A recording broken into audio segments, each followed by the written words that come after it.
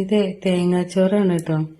ഇതൊരു സ്പെഷ്യൽ ആക്കാന്ന് വിചാരിച്ചു. വെളിച്ചെണ്ണ ചൂടാകുമ്പോൾ അതിലേക്ക് കടുകും ഉഴുന്നും പിന്നെ കുറച്ച് പരിപ്പും അണ്ടിപ്പരിപ്പും കൂടി ഇട്ടിട്ട് ഒന്ന് മൂപ്പിച്ചെടുക്കുന്നുണ്ട് കേട്ടോ. ഇനി അതൊന്ന് മൂത്ത് വരുന്ന സമയത്ത് വലിയുള്ളിയും പച്ചമുളകും കുറച്ച് വെളുത്തുള്ളിയും അരിഞ്ഞതും കൂടി അതിലേക്ക് ഇട്ട് കൊടുത്തിട്ട് അതൊന്ന് വഴറ്റിയെടുക്കുന്നുണ്ട് കേട്ടോ. ആവശ്യത്തിനുള്ള ഉപ്പ് കൂടെ ഇട്ട് കൊടുക്കുന്നുണ്ട്. പിന്നെ തേങ്ങ ഞാൻ അത്യാവശ്യം കൂടുതൽ തന്നെ എടുത്തിട്ടുണ്ട്. അപ്പോൾ അതാ ആ തേങ്ങ കൂടെ അതിലേക്ക് ഇട്ടിട്ട് ഒന്ന് മിക്സാക്കി എടുക്കുന്നുണ്ട് കേട്ടോ. ഓവർ വറുക്കേണ്ട ആവശ്യമൊന്നുമില്ല കേട്ടോ. ഒന്ന് മിക്സായാൽ മാത്രം മതി. ഇനി അതിലേക്ക് ഞാൻ ചെറിയ ജീരകം ഉണ്ടല്ലോ, ആ ചെറിയ ജീരകത്തിന്റെ പൊടി കുറച്ചിട്ട് കൊടുക്കുന്നുണ്ട്.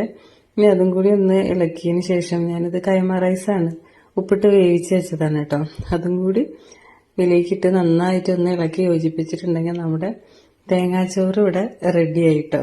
ഞാൻ അതിൻ്റെ കൂടെ കുറച്ച് ഉരുളക്കിഴങ്ങ് ഉണ്ടായിരുന്നു, അത് പൊരിക്കാന്ന് വിചാരിച്ച് അതിൽ ആവശ്യത്തിനുള്ള ഉപ്പും മഞ്ഞൾപ്പൊടിയും പിന്നെ കുറച്ച് കുരുമുളക് പൊടിയും പിന്നെ അതൊക്കെ ഇട്ട് ഒന്ന് കുഴച്ച് വെളിച്ചെണ്ണയിലൊന്ന് പൊരിച്ചെടുക്കാമെന്ന് വിചാരിച്ചിട്ടോ.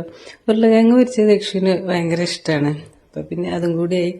അപ്പം അത് രണ്ടും റെഡി ആയപ്പം ഞങ്ങൾ ചോറിനമ്പം. പക്ഷെ ഇത് കണ്ടപ്പോൾ ദക്ഷ എന്താ പറഞ്ഞത്, ഇതെന്താ അമ്മന്ന് ചോദിച്ചപ്പം ഞാൻ തേങ്ങാച്ചോറാണ്.